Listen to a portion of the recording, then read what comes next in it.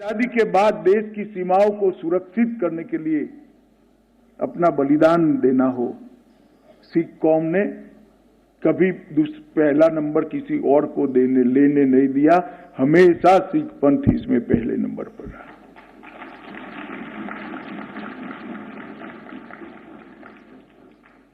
दसम गुरु से शुरू कर महाराजा रणजीत सिंह, हरि सिंह नलवा, बंदा बहादुर, अजीत सिंह जी, भगत सिंह जी, ढेर सारे उदाहरण हैं। हमारा आजादी का इतिहास संघर्ष सिख बहादुरों के नाम से, उनके बलिदान से भरा पड़ा है। और जब देश आजाद हो गया, इसकी सुरक्षा की बारी आई, तब भी सबसे ज्यादा बलिदान आज तक सिख पंथ के अनुयायी ही देते हैं। और जब हरित क्रांति का सवाल आया, देश को अन्न के क्षेत्र में आत्मनिर्भर बनना चाहिए। इतना बड़ा देश अमेरिका के भेजे हुए गेहूं खाकर जी नहीं सकता, तो इस भूखे पेट की झोली धान से भरने का काम भी पंजाब के ही लोगों ने किया, सिख भाइयों ने ही किया। और जो पंजाब से हरित क्रांति शुरू हुई, आज अन्न के क्षेत्र में हम आत्मनिर्भर होकर सम्मान के साथ खड़े हैं, वो हम सब के लिए गौरव का विषय है। उसकी शुरुआत भी पंजाब से ही हुई। अभी कुछ कामों का जिक्र सिरसा जी और अन्य वक्ताओं ने किया, चाहे गुरु तेग बहादुर जी का 400वां प्रकाश पर्व हो, नानक देव साहब का 550वां प्रकाश पर्व हो, गुरु गोविंद सिंह जी का 350वां प्रकाश पर्व हो, चाहे FCRA का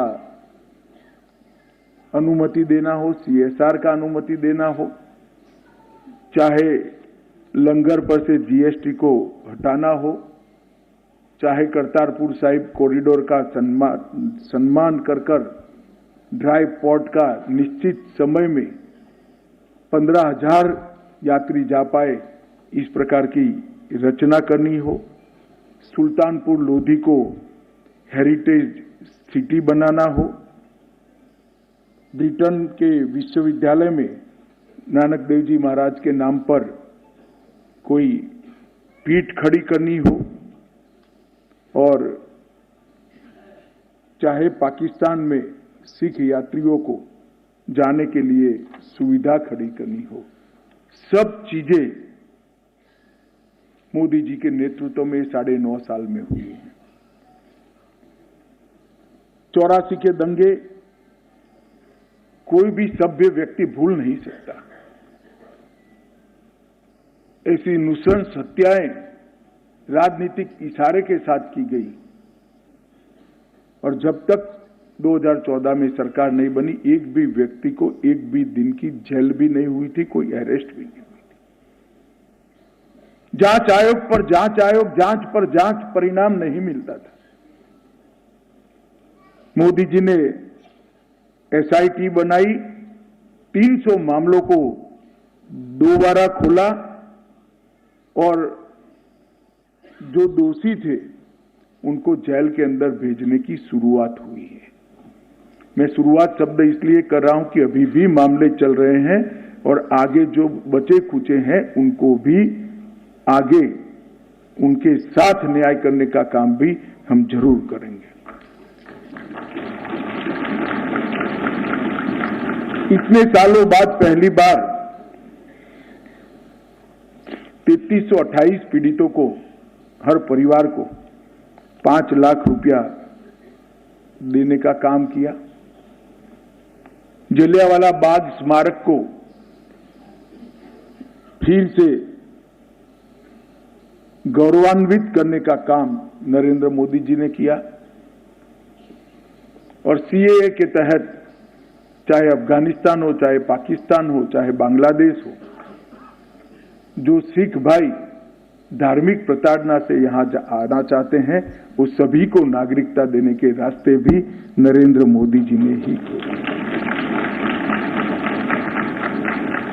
मगर सिरसा जी इसके लिए धन्यवाद करना चाहते थे, बोले भी कि मोदी सरकार का बड़ा धन्यवाद। मैं संगत को कहना चाहता हूं, नरेंद्र मोदी जी बड़े भाग्यवान है कि गुरुओं के आशीर्वाद से उनको गुरु साहिबान की सेवा करने का मौका मिला है, इसमें कोई धन्यवाद नहीं। पंथ ने जो देश के लिए किया है, पंथ ने जो समाज के लिए किया है और पंथ ने जो समग्र मानवता के लिए किया है, इसलिए कोई पंथ के लिए कितना भी करे, धन्यवाद देना तो बनता ही नहीं है, क्योंकि सिख गुरुओं का ऋण जो इस देश पर है वो इतना बड़ा है कि हजारों साल तक उसको उतारने का हिसाब ही नहीं हो सकता। मित्रों, आज मैं सिरसा का सम्मान करने के लिए आया था। सिरसा बेचारा साइड में रह गया और आप लोगों ने मेरा सम्मान कर दिया। मगर मैं बताना चाहता हूं, भारतीय जनता पार्टी में संगठन का बहुत बड़ा महत्व होता है। अन्य दलों में चुने हुए लोगों का महत्व होता है, भारतीय जनता पार्टी में संगठन का बड़ा महत्व। मैं अभी भारतीय जनता पार्टी के बूथ से लेकर राष्ट्रीय अध्यक्ष तक संगठन के अनेक पदों पर से निकला हूं। सिरसा जी के साथ दोनों प्रकार से, पहले अकाली दल में थे तब और फिर भारतीय जनता पार्टी में आए तब मैंने नजदीक से काम किया है। मैं इतना कहना चाहता हूं कि पंथ को इससे अच्छा एडवोकेट कभी मिल ही नहीं सकता, ये सबसे अच्छा है। और भारतीय जनता पार्टी ने उनको अपनी सबसे बड़ी बॉडी में सेक्रेटरी बनाया है, तो संगत ने तो बेचारे का सम्मान नहीं किया, मगर मैं भी आज संगत में आया हूं तो संगत की ओर से मैं जरूर सिरसा जी का सम्मान करना चाहूंगा। भाई ये शाल और वो लेकर आइए, और मैं